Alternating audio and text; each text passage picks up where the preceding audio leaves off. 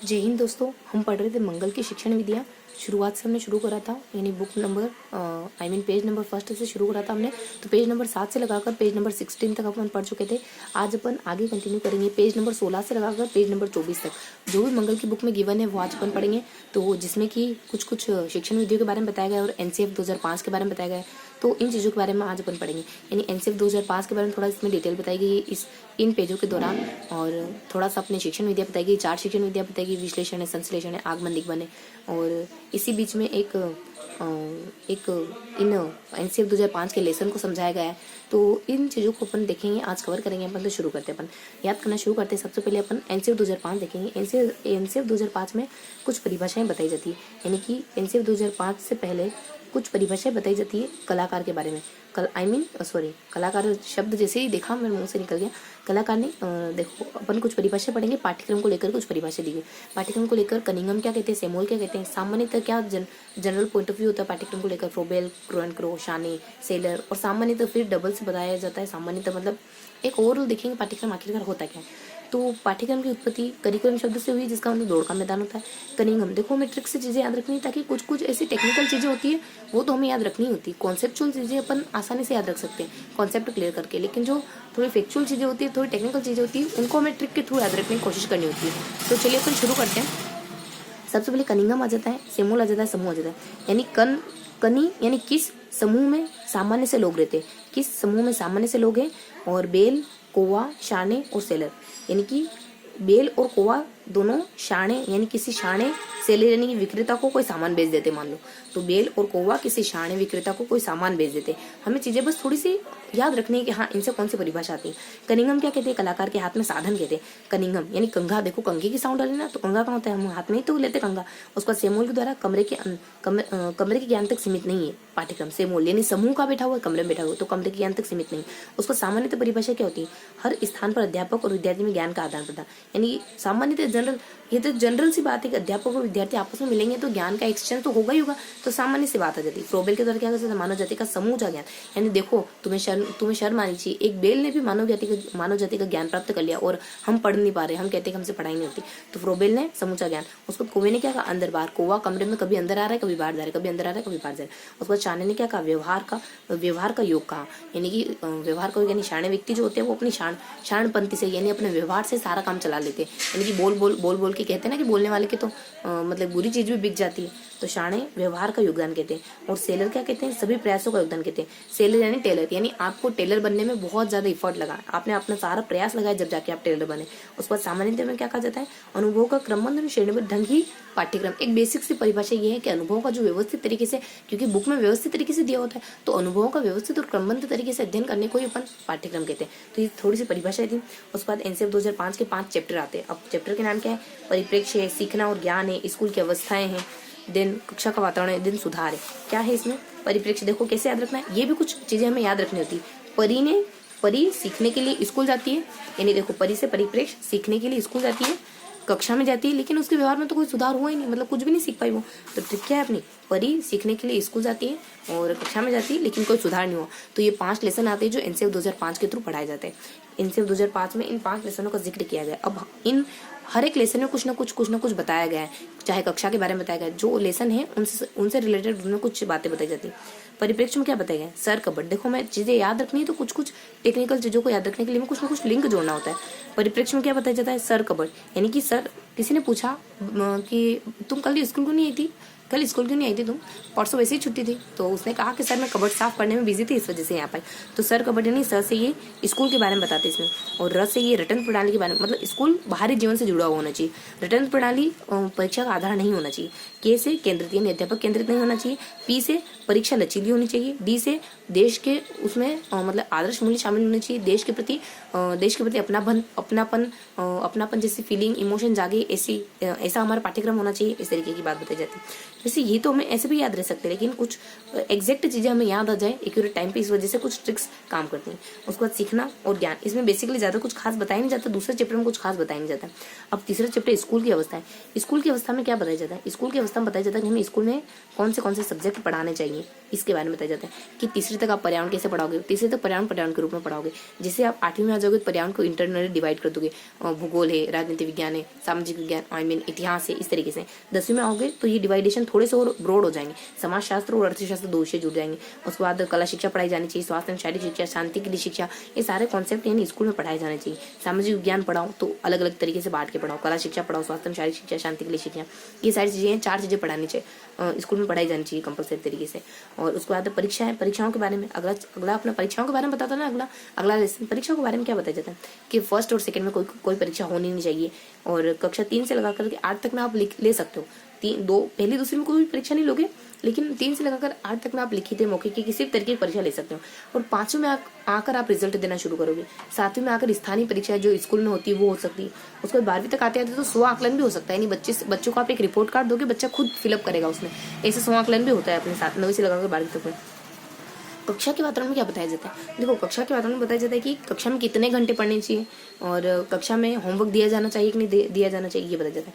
देखो इसमें बताया जाता है कि आप कक्षा के वातावरण में बच्चे को बिठा रहे हो ना, तो घंटे फिक्स होने चाहिए। बड़ी कक्षा के लिए 6 घंटे, छोटी कक्षा के लिए 3 घंटे, और उसमें से कक्षा के वातावरण में से कक्षा के उस पूरे टाइम पीरियड में से 1 घंटा पुस्तकालय के लिए होना चाहिए। ये बेसिक इन्फॉर्मेशन बताई जाती है। उसके बाद कक्षा में आप हो तो कक्षा में बच्चे को होमवर्क कैसे क्या कितना दोगे। होमवर्क के बारे में आता है कि कक्षा 2 में आपको होमवर्क बिल्कुल नहीं देना है। कक्षा 2 के बच्चे बहुत प्यारे नन्हे मुन्ने बच्चे होते हैं, उनको होमवर्क के डिप्रेशन के नीचे नहीं दाब देना है आपको। कक्षा 2 में होमवर्क होना ही नहीं चाहिए। 3 से 5 में आप दे सकते हो, लेकिन पूरे सप्ताह में आप लगभग 2 घंटे का होमवर्क दोगे। पूरे सप्ताह में 2 घंटे मतलब कि प्रतिदिन का कितना आ रहा है, देखो अगर 2 को अपन लगभग 7 भागों में 6 भागों में डिवाइड करें तो 2 को अगर 6 भागों में करेंगे अपन, मान लो 1 घंटे को अपन 4 में करते हैं तो 4 और 4 8, लगभग 15 मिनट, यानी 15 मिनट का होमवर्क दे सकते हो आप एक दिन के लिए बच्चे को, 5वीं तक के बच्चे को। इससे ज़्यादा नहीं दे सकते, 15 मिनट से ज़्यादा नहीं दे सकते। उसके बाद 8वीं तक में 1 घंटे के लिए दे सकते हो। 15 मिनट से बढ़ करके मतलब लगभग 3 गुना हो गया 8वीं में आते आते, 3 गुना हो गया लगभग, यानी 1 घंटे का होमवर्क दे सकते हो आप। और उसके बाद जब कक्षा 10 तक आएगा बच्चा, और कक्षा 10 और 12 तक आएगा तो 2 घंटे का प्रतिदिन होमवर्क दे सकते हो।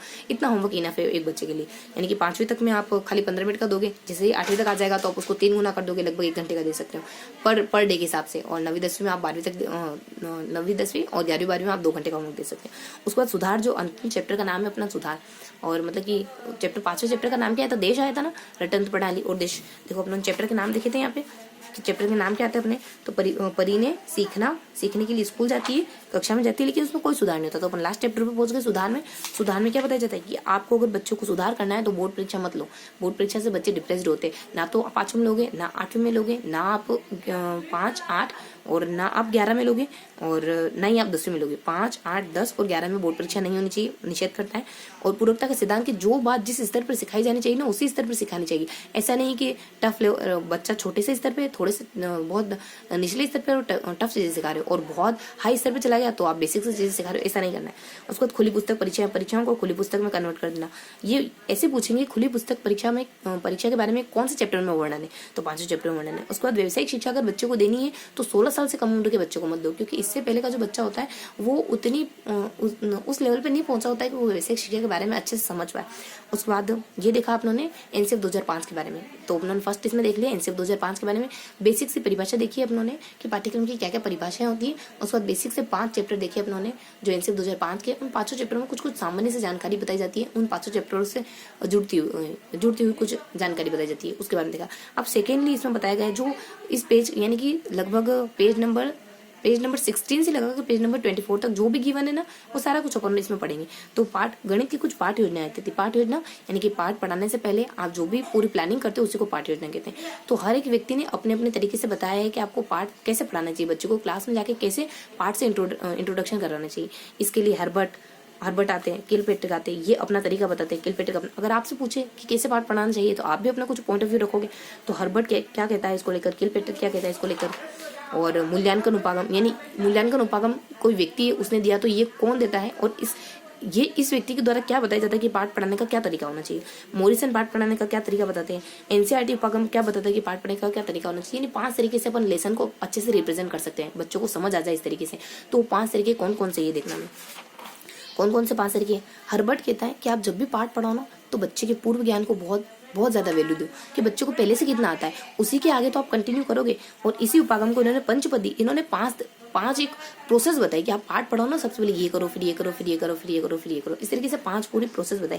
सबसे पहले प्रस्तावना, आप बच्चे के सामने कुछ रखो, उसके बाद प्रस्तावना के बाद उसको प्रस्तुत करो, यानी लेसन को प्रस्तुत कर दो। उसके बाद व्यवस्था करो, उसकी मतलब व्यवस्थित तरीके से उसको बच्चे के सामने रखो। उसके बाद उनकी तुलना करो, जो भी आपने बच्चे के सामने रखा है उसको कंपेरिजन करके पढ़ाने की कोशिश करो। लास्ट में उसका टेस्ट ले लो। तो ये थे पांचों चरण हर्बर्ट की पंचपदी प्रणाली के। प्रस्तावना यानी बेसिक से प्रस्तावना एक पूरा फॉर्मेट होता है। अब जब इनको डिटेल से पढ़ते हैं ना, तो इनके अंदर बहुत सारी जानकारी रहती है। 36 मिनट का एक पूरा फॉर्मेट होता है, जिसमें अपन उद्देश्य मतलब बच्चों के सामने प्रश्न पूछते हैं। एक उद्देश्य देखो विशिष्ट, और प्रश्न के कुछ प्रकार आते हैं जो अलग तरीके के प्रश्न पूछे जाते हैं। मतलब मेरे को देखो माइंड से मिस हो रहा है, क्या कहते हैं उनको, प्रस्तावना प्रश्न पूछे जाते हैं, यानी आपको मुद्दे पर लाने के लिए प्रस्तावना प्रश्न पूछे जाते हैं। इस तरीके से पूरी प्रोसेस होती है 36 मिनट की, जिसमें आपको पूरे 36 मिनट में पूरा लेसन पढ़ाना होता है। और प्रस्तुतिकरण यानी कि बच्चे के सामने कैसे आप लेसन रखोगे, और व्यवस्था और तुलना उसको व्यवस्थित तरीके से कैसे करोगे, और उसमें कंपेरिजन करते हुए कैसे पढ़ाओगे, लास्ट में बच्चे का मूल्यांकन कर देना। तो ये था अपने हर्बर्ट का उपक्रम। हर्बर्ट कहता है बच्चे को पढ़ाओ, लेकिन पूर्व ज्ञान के आधार पर पढ़ाओ, और ये पूरी तरीका है पाठ पढ़ाने का। उसको किलपेट्रिक क्या कहता है? किलपेट्रिक कहता है कि बच्चे को पढ़ाओ, लेकिन उसका आधार अनुभव होने चाहिए। बच्चे के यहाँ पे भी अनुभव ही, लगभग पूर्व ज्ञान क्या है, आपके अनुभव ही तो है। किलपेट्रिक भी कहते हैं कि अनुभव होने चाहिए, और गांधी जी भी इसी बारे में बात करते हैं, क्योंकि अनुभव, और ये ना प्रोजेक्ट विधि को कहते हैं कि बच्चे को पढ़ाओ ना तो प्रोजेक्ट मेथड से पढ़ाओ। बच्चे को क्लास के अंदर नहीं पढ़ाना, बच्चे को फील्ड में लेके जाओ, बच्चे को सीधा समाज से इंटरेक्ट करवाओ। तो गांधी जी भी जो बेसिक शिक्षा देते हैं ना, वो ऐसे ही बताते हैं कि बच्चे को आपको ये नहीं सिखाना है कि समाज कैसे व्यवहार करता है, बच्चों को आपको ये सिखाना है, समाज में ले जाके ये दिखाना है कि समाज कैसे कैसे कैसे ट्रीट करता है अलग अलग कंडीशन में। तो आपको ये ओरली बताने की थ्रू तब अच्छा होगा जब आप सीधा बच्चे को समाज में ले जाके बच्चों को धरातल पे ले जाके सारी बातें सिखाओ। तो गांधी जी खुद भी इसके प्रवर्तक, मतलब गांधी जी खुद भी इसको मानने वाले थे, इस तरीके की पढ़ाई को मानते थे। और ये किलपेट्रिक महोदय भी यही कहते हैं कि बच्चे को पढ़ाओ तो एक प्रोजेक्ट मेथड से पढ़ाओ, यानी बच्चे को समाज के भीतर ले जाके दिखाओ कि कैसे क्या काम, मतलब कि कोई भी जानकारी बच्चा सीधा इंटरेक्ट करके सीखे। ऐसा नहीं कि वो कक्षा में बैठ के सीखना है। तो ये इसको प्रोजेक्ट मेथड को आधार बनाते हैं, ये अनुभवों को आधार बनाते हैं, गांधी जी की बेसिक शिक्षा को आधार बनाते हैं। देन बताया जाता है इनकी चरण क्या है, यानी आप बच्चों की देखो किलपेट्रिक क्या चरण बताते हैं किसी भी पाठ को पढ़ाने के। ये कहते हैं कि बच्चों के सामने ऐसी कंडीशन लेके आ जाओ, कोई परिस्थिति उत्पन्न करो, और उसके बाद उस चुनाव करो कि आप उस परिस्थिति को कैसे सोल्व करना है। हमारे सामने परिस्थितियां होती है, बहुत सारी परिस्थितियां आती है, कैसे पढ़ना है ये भी तो एक परिस्थिति है। आप उसमें से चुनाव करते हो कि मेरे को नोट्स के थ्रू पढ़ना है, मैं खुद नोट्स बनाऊंगा और पढ़ूंगा। उसके बाद रूपरेखा, पूरा फॉर्मेट बनाओगे। नोट्स बनाओगे तो कहाँ से बनाओगे, बुक से बनाओगे, किसी का वीडियो देख के बनाओगे, या फिर कोचिंग के नोट्स होंगे, या फिर किसी के हैंड रिटन नोट्स होंगे, अलग अलग तरीके। तो रूपरेखा बनाओ, उसके बाद उसका क्रियान्वयन करो, उस पर चलना शुरू कर दो। उसके बाद लेखा जोखा करो, लास्ट में उसको देखते रहो कि ये काम आप अच्छे से मेंटेन कर रहे हो कि नहीं कर रहे हो। उसके बाद ये तो बता दिया किलपेट्रिक का, तो उन्होंने सेकंड भी देख लिया, किलपेट्रिक का तरीका भी देख लिया। अपने ब्लूम का तरीका देख लिया था। ब्लूम पूर्व ज्ञान को बहुत ज्यादा महत्व देते हैं। ब्लूम 5 तरीके बताते हैं। सबसे पहले अगर प्रस्तावना, प्रस्तुतिकरण, और उसके बाद प्रस्तावना करोगे, प्रस्तुतिकरण करोगे, उसके बाद तुलना करोगे, व्यवस्था मतलब कि व्यवस्थित तरीके से रखोगे, उसके बाद तुलना करोगे, लास्ट में मूल्यांकन करोगे। दूसरा तरीका अपन देख रहे हैं, दूसरा तरीका आप लोगों ने देखा किलपेट्रिक का तरीका जो है वो सामाजिक विधि प्रोजेक्ट मेथड पर आधारित होता है, और महात्मा गांधी भी इसकी पैरवी करते हैं। और इनके चरण क्या होते हैं, इनके देखो कुल बेसिकली 5-6 चरण बताए जाते हैं, जिसमें सबसे पहले कोई परिस्थिति आती है, फिर उसमें से आप चुनाव करते हो, फिर रूपरेखा बनाते हो, फिर क्रियान्वयन करते हो। क्रियान्वयन करने के बाद देन आप लास्ट में लेखा जोखा कर लेते हो, ये बताया जाता है सेकेंडली। उसके बाद थर्ड देखेंगे अपन मोरिसन उपागम क्या है, मूल्यांकन उपागम क्या है। मूल्यांकन उपागम देखो, मूल्यांकन नाम से ही पता चल रहा है कि ये पढ़ाई में सिर्फ और सिर्फ आपके रिजल्ट को मायने रखता है, रिजल्ट को ध्यान मद्देनजर रखना है। मूल्यांकन उपागम वाले प्रवर्तकों का मानना है कि हमें तो ये देखना है कि हमने जो गोल सेट करे थे वो लास्ट में पूरे हुए कि नहीं हुए। अनुभवों को भी महत्व देते हैं, उद्देश्यों को भी महत्व देते हैं, तभी तो आप कुछ उद्देश्य डिसाइड करोगे, तभी तो आप लास्ट में उसको चेक करोगे कि आपको उद्देश्य मिले कि नहीं मिले। तो इन 3 चीजों को महत्व देते हैं। आप पहले उद्देश्य डिसाइड करोगे, फिर उस उद्देश्य के अकॉर्डिंग चलोगे, क्लास में पूरा आपका माहौल उन उद्देश्यों के अकॉर्डिंग चलेगा, अनुभव सारे उस उद्देश्य के अकॉर्डिंग दिए जाएंगे। लास्ट में आकर आप ये देखोगे कि आपके जो भी उद्देश्य थे या फिर जो भी आपके मूल्य, जो भी आपने एम डिसाइड करे थे वो लास्ट में पूरे हुए कि नहीं हुए। ये आप कैसे पता करोगे, ये मूल्यांकन की प्रक्रिया के थ्रू पता करोगे। तो मूल्यांकन उपागम ब्लूम पर आधारित थे। ब्लूम भी तो यही कहते हैं, ब्लूम है ना शिक्षण प्रक्रिया को त्रिध्रुव प्रक्रिया बताते हैं, जिसमें अपने अनुभव आते हैं, जिसमें अपने अनुभव के बाद अपने सबसे पहले तो अपने उद्देश्य डिसाइड होते हैं, उसके बाद अपने अनुभव आ जाते हैं, अनुभव के बाद आपके मूल्यांकन आ जाता है। अनुभव से आप में क्या क्या परिवर्तन हुआ इसी का तो मूल्यांकन करना है। मूल्यांकन उपागम ब्लूम पर आधारित होता है। ये उद्देश्यों को महत्व देता है, जैसे कि नाम से ही पता चल रहा है आपको अचीव क्या हुआ उसको महत्व देता है। उसके बाद मोरिसन उपागम कहते हैं। देखो मोरिसन एक शख्स है, वो क्या बताते हैं पढ़ने का क्या तरीका होता है पढ़ने का। अपन अब चौथा तरीका देख रहे हैं, जब अपन खुद क्लास में जाएंगे ना तो हमें इन्हीं तरीकों को ध्यान में रखते हुए अपना कोई एक नया तरीका ईजाद करना है। क्योंकि किसी अगर आप कोई इनसे मिलता जुलता इन पांचों का समग्र या फिर किसी एक को लेकर के आगे चलना है, यानी हमें भी कक्षा में ऐसे ही पढ़ाना है। तो मोरिसन उपागम क्या होता है? मोरिसन उपागम में बताया जाता है ये पढ़ाने का क्या तरीका बताते हैं। ये चक्री तरीका, ये दो चीजों को जोड़ते हैं, हर्बर्ट को और किलपेट्री को, इन दोनों का मिला जुला रूप, हर्बर्ट का और किलपेट्री का इन दोनों का मिला जुला रूप बताते हैं। तो मिला जुला ये चक्री बताते हैं। तो चक्री योजना बताते हैं, समन्वित योजना बताते हैं, और क्या बताते हैं कि खोजना, प्रस्तुतिकरण, आत्मीकरण, व्यवस्था और वर्णन, ये 5 चरण बताते हैं। कौन से बताते हैं? ये खोजना, प्रस्तुतिकरण, आत्मीकरण, व्यवस्था, वर्णन। यानी कि आप टीचर जो हो वो चीजों को खोज के बच्चों को मतलब खुद भी अन्वेषण करे, बच्चों से भी अन्वेषण कर रहा है, खोज उपागम को महत्व देते हैं। फिर सामने बच्चों के सामने कोई चीज प्रस्तुत करे। ऐसा नहीं कि सिर्फ आ गए और कक्षा में पढ़ा दिया। पहले आप खुद अन्वेषण करके आओ, खुद अच्छे से घर पे पढ़ के आओ, उसके बारे में अच्छे से खोजबीन करो, दिन बच्चों के सामने कोई प्रस्तुत करो। और तब बच्चे क्यों नहीं समझेंगे? तब बच्चे आराम से आत्मीकरण कर लेंगे, तो बच्चे आत्मीकरण आराम से कर लेंगे। व्यवस्था और संगठन, अब बच्चों के सामने वो चीजें आपने जो खोज करी वो बच्चों को आत्मीकरण कराने की प्रक्रिया में व्यवस्था मत तोड़ देना। मतलब एक अरेंज तरीके से बच्चों को समझाना कि बच्चे उलझ ना जाए, मतलब कि आप एकदम स्ट्रेट फॉरवर्ड चलना इस तरीके से कि बच्चों के माइंड में क्लियरिटी रहे। ऐसे नहीं कि अपन कुछ चीज समझाने लगे तो उसके अंदर इतना डिफ्थ में चले गए कि बिखर गया, मतलब कि सारा मामला ही बिखर गया, बच्चे खुद ही भूल गए कि अपन कहाँ थे, है ना। तो इस तरीके से हमें बिखराव नहीं लाना है चीजों में। तो व्यवस्थित तरीके से उसके बाद लास्ट में वर्णन, यानी कि इन सब चीजों को आपको व्यवस्थित तरीके से वर्णित करना है। बच्चों के माइंड में क्लियर होना चाहिए कि हमने ये चीज शुरू करी थी और यहाँ आके खत्म करी, इस बीच रास्ते में हमें इधर उधर नहीं जाना, ठीक है। तो ये अपने मोरिसन का उपागम। उसके बाद अपने एनसीईआरटी पाठ्य योजना क्या बताती है? एनसीईआरटी उपागम जिसको अपन भारतीय उपागम के आधार पर मानते हैं, और ये ब्लूम की टैक्सोनॉमी, इसका मतलब ब्लूम की टैक्सोनॉमी बहुत अच्छा तरीका है पढ़ाने का। तो ब्लूम भारतीय उपागम भी अपने ब्लूम की टैक्सोनॉमी से प्रभावित था, मूल्यांकन उपागम भी ब्लूम की टैक्सोनॉमी से प्रभावित था। तो इसको भारतीय उपागम के नाम से जानते हैं। और ब्लूम की टैक्सोनॉमी को अपना आधार बनाया इसने। ये आधा, प्रदा और प्रक्रिया, ये 3 चरण देता है। ब्लूम के भी 3 ही चरण है, वो इनके नाम बदल देता है बस। आधा मतलब कि बच्चा कैसे रेस्पॉन्ड करेगा वो, और प्रदा मतलब कि टीचर उसको कैसे अनुभव प्रदान करेगा वो, और बच्चा अनुभव लेगा और टीचर अनुभव प्रदान करेगा। और प्रक्रिया यानी इस अनुभव लेने और देने के बीच में जो भी सारी प्रक्रिया होगी उसी को कहा जाता है प्रोसेस, यानी कि ये अपने एनसीईआरटी उपागम था। तो कितने उपागम देख लिए अपनों ने? 2 उपागम पहले से डिस्कस कर चुके थे कि अपनों ने उसका ब्लूम को बता दिया था, और उसके बाद अपनों ने दूसरा किलपेट्री का बता दिया था। फिर अपने मूल्यांकन के बारे में डिस्कस कर लिया था कि मूल्यांकन उपागम जो होता है वो सिर्फ और सिर्फ इस पर महत्व देता है, यानी कि हमें आउटपुट क्या मिल रहा है। सबसे पहले अपनों ने कुछ उद्देश्य डिसाइड करे, उनके अनुसार कक्षा में अनुभव दिया, और लास्ट में हमें उससे मिलने वाला मूल्यांकन क्या है, मतलब उससे मिलने वाला आउटपुट क्या है, ये है मूल्यांकन उपागम। ये मद्देनजर रखता है सिर्फ और सिर्फ उद्देश्यों को। उसके बाद अगला जाता है मोरिसन, ये दोनों का मिला जुला रूप है, किसका? किलपेट्रिक का और हर्बर्ट की पंचपदी प्रणाली का। और ये कहता है कि आप कुछ भी पहले खुद खोज करो, उसके बाद बच्चों के सामने खोज करो, उसके बाद बच्चों के सामने प्रस्तुत करो, और जब प्रस्तुत करो तो व्यवस्था को नहीं टूटने देना है आपको, और उसके बाद व्यवस्थित तरीके से करना है, मतलब प्रस्तुत। उसके बाद आत्मीकरण बताया जाता है, बच्चों को आत्मसात करवाओ, उसमें व्यवस्था मत तोड़ने दो, और इस तरीके से किसी भी लेसन का वर्णन करो। तो ये सारे 5 चरण बताए जाते हैं। और अगला बताया जाता है अपना लास्ट उपागम, जो कि अपने भारतीय उपागम के नाम से जाना जाता है, एनसीईआरटी उपागम। ये आधार ब्लूम को ही बनाता है, और इसमें आधार, प्रदा और प्रक्रिया खाली नाम बदल दिए जाते हैं, वो कोई नाम रहते हैं। जैसे कि प्रक्रिया को अपन अनुभव कह सकते हैं, क्योंकि अनुभव लेना एक प्रक्रिया ही चलती क्लास में। और उसके बाद उद्देश्यों को अपन प्रदा कह सकते हैं, जो बाहर मूल्यांकन को अपन प्रदा कह सकते हैं, और आधा अपने उद्देश्य होते हैं। मतलब इन तीनों को अगर अपन नाम देना चाहें तो कौन कौन से हो सकते हैं? आधा, प्रदा और प्रक्रिया। अगर ब्लूम से कंपेयर करें तो आधा मतलब कि आपके कोई भी उद्देश्य डिसाइड करना, और प्रदा मतलब कि आपका मूल्यांकन क्या होगा वो, और उसके बाद प्रक्रिया मतलब कि आपके जो अनुभव, इस तरीके से। उसके बाद पाठ योजना निर्माण के कुछ चरण होते हैं, इसके बारे में देख लेते हैं। आप पाठ्य योजना करोगे ना तो किस तरीके से आपको चलना है, कौन सा तरीका होगा आपको चलने का, क्या तरीका होगा आपको चलने का। सबसे पहले आप क्या करोगे? विषय है, उप विषय है, कक्षा है, कालांश है, आप एक मतलब रजिस्टर लोगे और आपकी पाठ्य योजना बनाना शुरू करोगे। तो सबसे पहले विषय है, उप विषय है, कालांश है, ये सब स्कूल का नाम वगैरह सब डालोगे। उसके बाद आपके उद्देश्य डिसाइड करोगे। आपके कुछ सामान्य उद्देश्य होंगे बच्चों को पढ़ाने के, मैं ये चाहता हूँ, ये चाहता हूँ, ये चाहता हूँ। उसके बाद कुछ विशिष्ट उद्देश्य होंगे बच्चों को पढ़ाने के, कि मैं ये चाहता हूँ कि बच्चा ऐसा बने, ऐसा बने, इस तरीके से। देखो हमने तो कोरोना काल में एसटीसी कंप्लीट करी, तो हमने इसको फील नहीं कराया कैसे पढ़ाया जाता है। मैं उम्मीद करती हूँ कि आपने कक्षा में जाके प्रैक्टिकली करा होगा। हमने इंटर्नशिप करी, लेकिन वो तो अपन इस तरीके से पढ़ाते नहीं, बस जो अपनी माइक्रो टीचिंग वगैरह होती है। देखो दुर्भाग्य का है कि हम इस एक्सपीरियंस को फील नहीं कर पाए। मैं अच्छे से जानती हूँ कि शायद हम ये करते ना तो बहुत कुछ सीखने को मिलता हमें। हाँ तो देख लेते अपन, खैर अपन देख लेते हैं ना।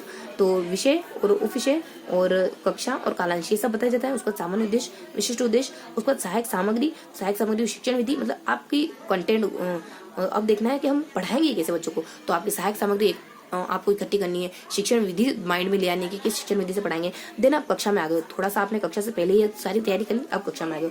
अब क्या कर रहे हो, बच्चे का पूर्व ज्ञान चेक कर रहे हो कि बच्चे को पहले से कितना आता है, उसके लिए आप प्रस्तावना कर रहे हो। बच्चे के सामने आपने प्रस्तावना प्रश्न वगैरह पूछे, वगैरह वगैरह बहुत सारे प्रश्न पूछे। अब आप लेसन को प्रस्तुत कर रहे हो, तो उसके लेसन को प्रस्तुत करना है तो उद्देश्य कथन से शुरू करना है कि आज अपन इसके बारे में पढ़ेंगे, यानी कि पूरा आपको उस मुद्दे पे लिया ना बच्चों को, दिन कहेंगे आज अपन इसके बारे में पढ़ेंगे। तो उद्देश्य कथन करा, उसके बाद आपने लेसन प्रस्तुत करना शुरू कर दिया। उद्देश्य कथन करा, अब लेसन प्रस्तुत करना शुरू कर दिया। लगभग लेसन प्रस्तुत करें तो पहले अपने प्रकरण लिखा है, यानी प्रकरण लिखना है अपने को, ब्लैक बोर्ड पे प्रकरण लिखना शुरू करना है, और उसके बाद अपने को प्रस्तुतिकरण करना है। यानी कि पूर्व ज्ञान का चेक करा, इसके पूर्व ज्ञान का आपने चेक करा किसके माध्यम से, प्रस्तावना के माध्यम से पूर्व ज्ञान को चेक करा आपने। और उसके बाद जैसे आपने पूर्व ज्ञान को चेक करा, उसके बाद आपने उद्देश्य कथन करा बच्चों से, और उसके बाद अपने प्रकरण वगैरह वगैरह लिखा ब्लैक बोर्ड पे। उसके बाद प्रस्तुतिकरण करना शुरू हो गए, और इसमें आपकी प्रस्तुतिकरण की प्रक्रिया कैसे चलेगी, तो आपके टीचर और बच्चे के बीच में इंटरेक्शन होगा, और शिक्षण बिंदु लिखोगे आप, और लास्ट टाइम आके आप शाम पट पे कुछ करने लगोगे। तो ये सारी प्रक्रिया पूरी प्रस्तुतिकरण के दौरान आती है। लास्ट टाइम आप होमवर्क दे दोगे, और मतलब होमवर्क दे दोगे, ये सारा कुछ आता है। तो क्या कि बेसिक से इन्फॉर्मेशन फटाफट दे देते हैं। सबसे पहले आप क्या करोगे, कक्षा का, स्कूल का वगैरह का नाम वगैरह लिखोगे, और उसके बाद आपके उद्देश्य, सामान्य विशिष्ट उद्देश्य डिसाइड करोगे। आप आपकी सामग्री इकट्ठी करोगे, यानी विधि कौन सी होगी, और उसके बाद सहायक सामग्री कौन सी होगी। अब आप कक्षा में चले गए हो तो पूर्व ज्ञान को चेक करोगे, बच्चों को आता कितना, किसके माध्यम से, प्रस्तावना के माध्यम से पूर्व ज्ञान को चेक करोगे। चेक करने के बाद आप अब जब लेसन पढ़ाने की बारी आ जाएगी तो आपको क्या करना है, चेक करोगे, उसका उद्देश्य कथन शुरू कर दोगे। अब चेक करना है तो उद्देश्य कथन करने लग जाओगे।